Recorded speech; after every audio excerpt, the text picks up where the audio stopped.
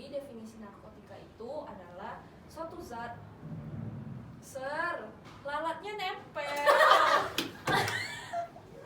Apa sih? Lalat. Itu.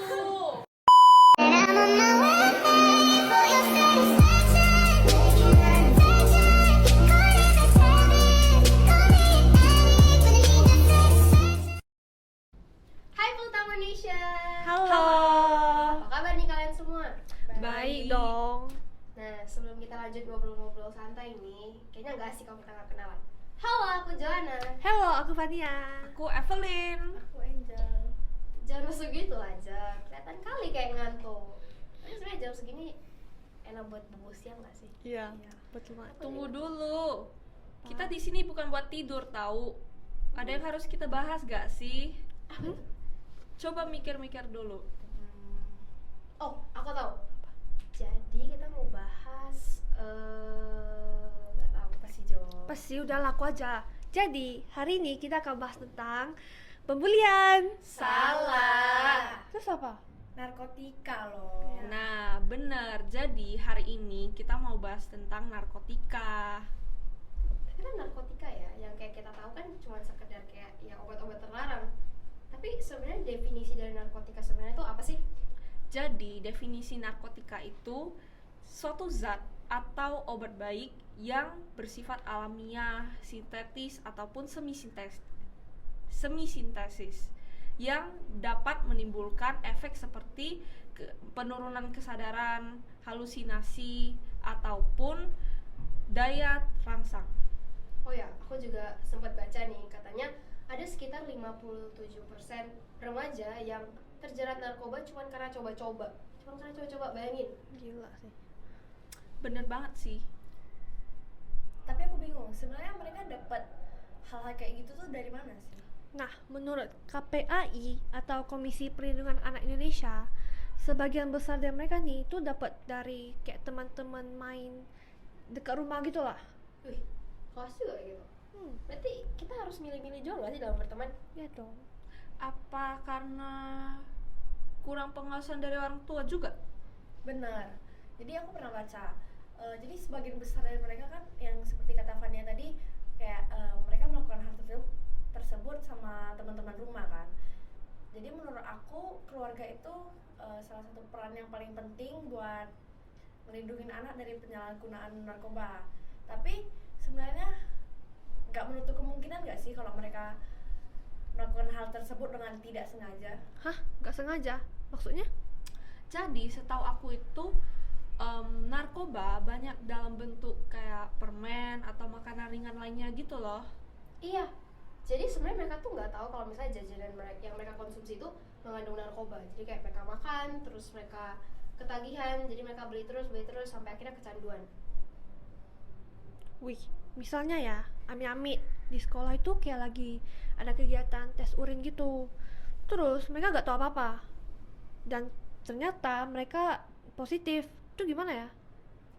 Nah makanya itu kita harus jadi remaja yang pintar sih. Caranya? Tentunya dengan menumbuhkan kesadaran akan bahaya narkoba. Nah, jadi mereka tuh nantinya akan diberikan bekal tentang penanganan penyalahgunaan narkoba di lingkungannya. Dan pastinya kita juga harus milih-milih sih dalam berteman. Kita harus milih mana circle yang baik dan mana yang buruk. Tapi ya, jujur, aku masih gak tahu sih jenis-jenis narkoba, gimana cara bedainnya, kayak masih bingung aja gitu loh. Jadi setahu aku ya, narkotika itu dibagi jadi dua jenis. Jenis pertama itu ada narkotika berdasarkan tingkat kecanduannya.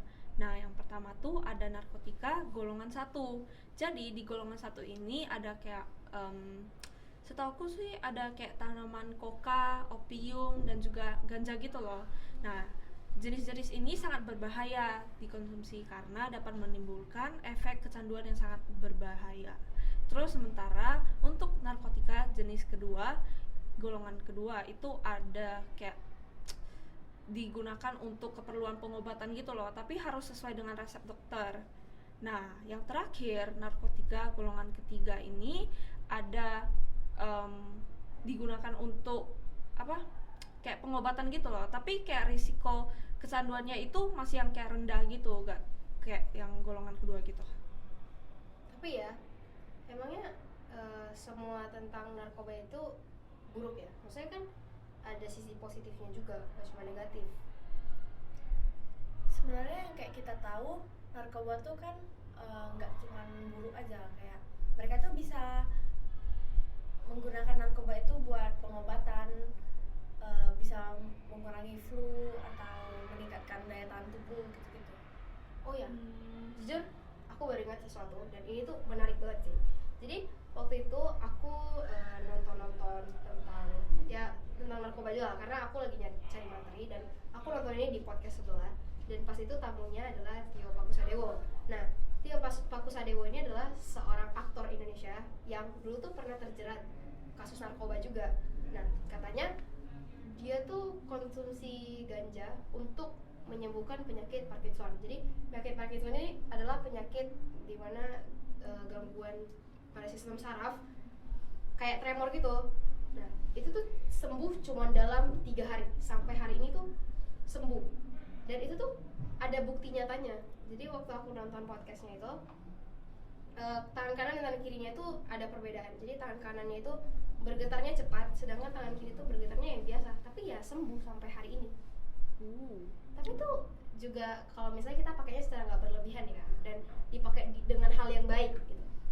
Asli, kalau dari ruangan podcast ini kayak auto pintar mendadak gak sih? Real Iya cuy. gak sih? Tapi ya, setahu aku kan sekarang ini ada penjara yang kayak khusus anak sekolahan atau remaja gitu kan. Nah misalnya nih mereka keciduk menggunakan narkoba tapi dengan cara yang salah gitu, itu kira-kira mereka masuk penjara gak? Ketangkep dong.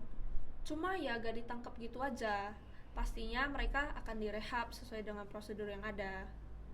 Nah loh, cuman karena coba-coba masa depan kita bisa kayak langsung hancur dalam sekejap, langsung hancur gitu aja. Jadi sebenarnya ya kan narkoba nih, kita kan nggak tahu asal narkoba ini dari mana. Dan yang aku tahu tuh narkoba tuh ada 3 jenis, ada yang sintesis, semi sintetis, dan juga alamiah. Kira-kira itu apa sih? Aku tahu. Jadi yang sintesis itu mereka buatnya itu lebih susah dan biasanya itu digunakan untuk kayak pengobatan atau penelitian gitu. Terus yang kedua ada semi sintesis. Nah ini contohnya kayak heroin atau kodein gitu. Kodein Kodein dong. Terus yang ketiga ada yang alami. Alami ini biasanya kayak dari daun-daun kering yang biasanya yang kalian tahu pasti kayak ganja gitu-gitu kan. Gitu. Nah, cara kita mengatasi ini gimana? Karena kan kita kan nggak tahu kan gimana cara kita menghindari narkoba ini. Kira-kira apa sih yang bisa kita lakukan? Jo, yang pastinya itu kita sekolah itu harus melakukan razia atau kayak pengecekan urin secara rutin minimal kayak 2 minggu sekali lah. Iya benar-benar. Jadi sekolah juga bisa melakukan kerjasama gitu sama BNN. Terus mereka bisa membuat seminar tentang narkoba. Jadi anak-anak di sekolah tersebut bisa aware gitu sama narkotika atau narkoba. Jadi kesimpulannya adalah narkoba itu sebenarnya gak semuanya buruk sih, karena pasti ada sisi positifnya juga. Tergantung cara pemakaiannya sih. Yang pastinya nggak boleh berlebihan. Terus menurut saya itu kalau misalnya kita butuh kayak kesadaran secara pribadi gitu dari masing-masing kita, karena narkoba itu gak bisa sembarang dipakai gitu. Terus juga kita harus milih-milih circle nggak sih? Kita harus Iyalah, milih mana yang baik. tentu. Kita harus tahu mana yang baik dan mana yang buruk gitu. Dan pastinya kita juga perlu, maksudnya keluarga tuh perlu pengawasan lebih kepada anak-anaknya untuk menghindari penyalahgunaan narkoba ini. Pokoknya keluarga itu kayak peran penting gitu lah. Iya. Jadi ayo sama-sama kita hindari narkoba. Jadilah generasi cerdas tanpa Narkoba. Narkotika. Ulang. Ayo sama-sama kita hindari narkoba. Jadilah generasi cerdas tanpa Narkotika.